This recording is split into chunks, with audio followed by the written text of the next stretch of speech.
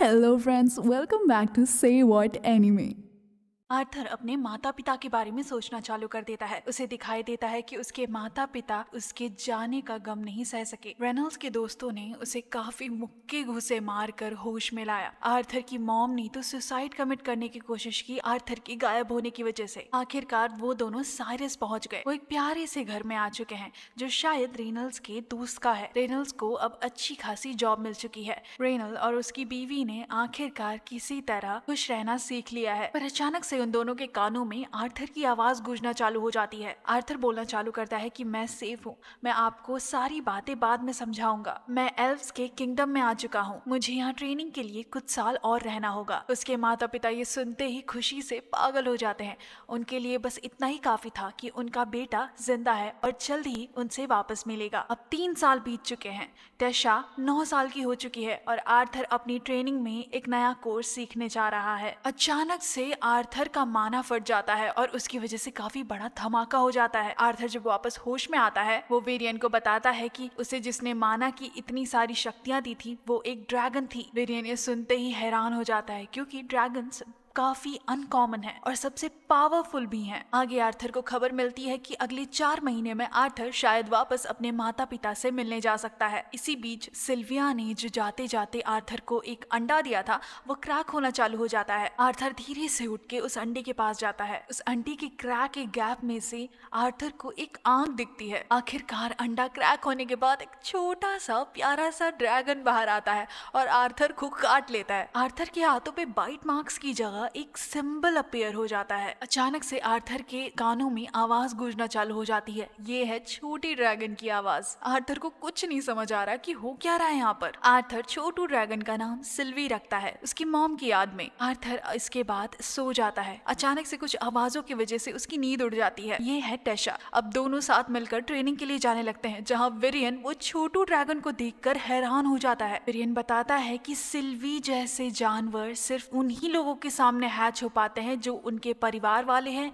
या उनके परिवार से क्लोज हैं। वेरियन बताते हैं जब आर्थर वापस घर जाएगा तो उसे सिल्वी को काफी प्रोटेक्ट कर रखना पड़ेगा। आखिरकार आर्थर को आखिरी ट्रेनिंग दी जा रही है। इसमें उसे सिखाया जाएगा कि बीस्ट का माना कैसे टेम करके यूज किया जा सकता है। इसके 2 स्टेजेस हैं। पहला स्टेज है एक्विजिशन स्टेज जिसमें विजर्ड बीस्ट की स्ट्रेंथ यूज कर सकता है। दूसरे स्टेज में विजर्ड बीस्ट की ट्रू स्किल यूज कर सकता है। विरियन ने भी काफी साल की ट्रेनिंग के बाद ही शैडो पैंथर की असली स्किल अनलॉक की थी। विरियन आर्थर को एक एग्जाम्पल देता है अपनी पावर का। वो काफी स्पीड में यहाँ वहाँ मूव हो सकता है बिना सामने वाले को पता चले उसकी प्रेजेंस के बारे में, जिसकी वजह से उसे खून की प्यास काफी ज्यादा लगती है। कुछ दिन की ट्रेनिंग के बाद आखिरकार आर्थर वेरियन की हेल्प से पहला फेज क्लियर कर लेता है। आर्थर और टेशा वहां से निकलने ही वाले हैं आगे के सफर के लिए।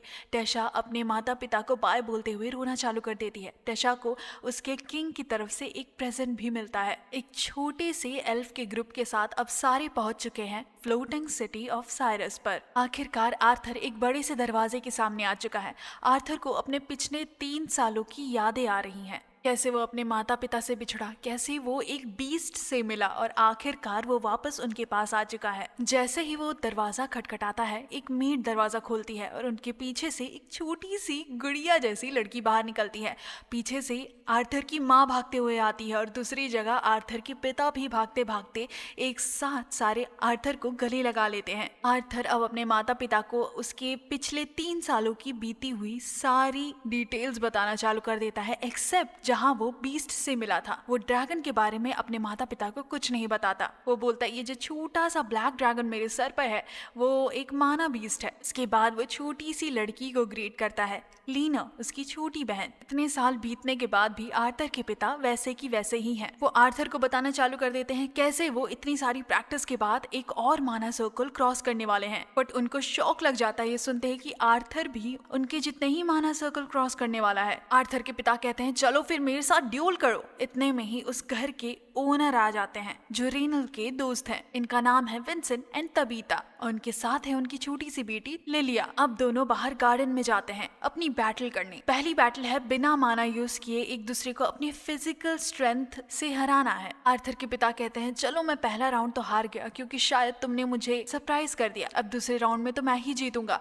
आर्थर के पिता ने इतने साल प्रैक्टिस करने के बाद आखिरकार अपना माना आग में बदलने की टेक्निक सीख ली है। आर्थर लाइटनिंग मैजिक यूज करता है जो उसने इस वर्ल्ड में पैदा होने के बाद धीरे धीरे सीखा है। वो अब अपने पिता पर अटैक करना चालू कर देता है जिसकी वजह से अब वहाँ पर धमाके होना चालू हो जाते हैं। दोनों लड़ाई खत्म करके अब वापस डिनर के लिए तैयार हो जाते हैं, पर दूसरी जगह सारे शॉक्ड रह चुके हैं कि एक 8 साल का बच्चा इतना टैलेंटेड कैसे है। रेनल के दोस्त रेनल को आर्थर को साइरस अकेडमी में भेजने की जिद करना चालू कर देते हैं। वो ये भी कहते हैं कि मैं आर्थर की फीस पे करूंगा। आर्थर उनसे रिक्वेस्ट करता है कि मैं कहीं भी जाने से पहले अपनी फैमिली के साथ एक अच्छा खासा समय बिताना चाहता हूँ। दूसरे दिन सब शॉपिंग के लिए जाते हैं जहाँ आर्थर को पता चलता है कि जिस फैमिली के साथ वो रह रहा है वो इस सिटी की सबसे महंगी ऑक्शन की हुई चीजें संभाल कर रखते हैं और उस जगह की रखवाली करते हैं आर्थर के पिता। फैमिली के साथ काफी समय बिताने के बाद अब सब आर्थर को साइरस स्कूल भेजने की बात करना चालू कर देते हैं। बात यह है कि साइरस स्कूल ऑफ मैजिक में घुसना इतना आसान नहीं है, वहाँ पर कुछ कनेक्शंस के साथ ही इंसान एडमिशन ले सकता है। रेनल्स के दोस्तों का डायरेक्ट कनेक्शन था उस स्कूल की हेडमास्टर गुत्स्की से। अब आर्थर का टेस्ट चालू हो चुका है इस स्कूल में एडमिशन लेने के लिए। कंपटीशन होने वाला है आर्थर और गुत्स्की के बीच में। आर्थर अपने पहले वाले वर्ल्ड और इस वाले वर्ल्ड की सारी टेक्निक को याद कर कर रेडी हो जाता है। आर्थर मैजिक यूज करके गुत्स्की की तरफ कुछ पत्थर फेंकता है, पर गुत्स्की आराम से खड़े खड़े विंड मैजिक यूज करके सारे पत्थर डॉज कर देती है। आर्थर सोचता है कि मैं गुत्स्की की ही विंड मैजिक यूज करके उस पर अटैक करना चालू करता हूँ। जैसे आर्थर गुत्स्की के पास तक पहुंचता है, गुत्स्की अपने मैजिक से आर्थर को वहीं रोक देती है। जब आर्थर धक्का खाकर वापस से अपना अटैक रेडी करता है, गुत्स्की छोटी छोटी टॉर्नेडो बनाना चालू कर देती है। आर्थर सारे टॉर्नेडो डॉज करते जाता है। गुत्स्की इम्प्रेस तो हो गई है, लेकिन आखिरकार वो आर्थर को सबसे डिफिकल्ट टेस्ट देती है। वो एक साउंड मैजिक परफॉर्म करती है जिसकी वजह से आर्थर के कान बजना चालू हो जाते हैं, पर आर्थर किसी तरह खुद को उस मैजिक के अगेंस्ट बचा ही लेता है। गुत्स्की बोलती है आखिरकार ये टेस्ट खत्म हो चुका है। जब गुत्स्की को पता चलता है कि आर्थर ने सारे के सारे 4 एलिमेंट्स का मैजिक सीखा हुआ है, गुत्स्की दंग रह जाती है। गुत्स्की कहती है आर्थर शायद इस स्कूल का सबसे बड़ा मैजिशियन बनने के लायक है। अचानक से गुत्स्की को दिखता है कि आर्थर थोड़ा सा अनकंफर्टेबल फील कर रहा है, इसलिए गुत्स्की एक बबल बनाती है जिसमें से ना कोई उन्हें देख सकता है ना उनकी आवाज बाहर जा सकती है। आर्थर गुत्स्की से कहता है कि मैंने आपको अपनी एबिलिटीज इसलिए दिखाई क्योंकि मैं आपसे रिटर्न में कुछ चाहता हूँ। वह कहता है कि आप मेरे परिवार को तब तक सेफ रखो जब तक मैं इतना स्ट्रांग नहीं हो जाता कि मैं उन्हें खुद सेफ रख पाऊं। गुत्स्की कहती है कि इस किंगडम के राजा भी मुझसे डील नहीं कर सकते, तुम अभी मुझसे डील कर सको, तुम इतने बड़े नहीं हुए हो।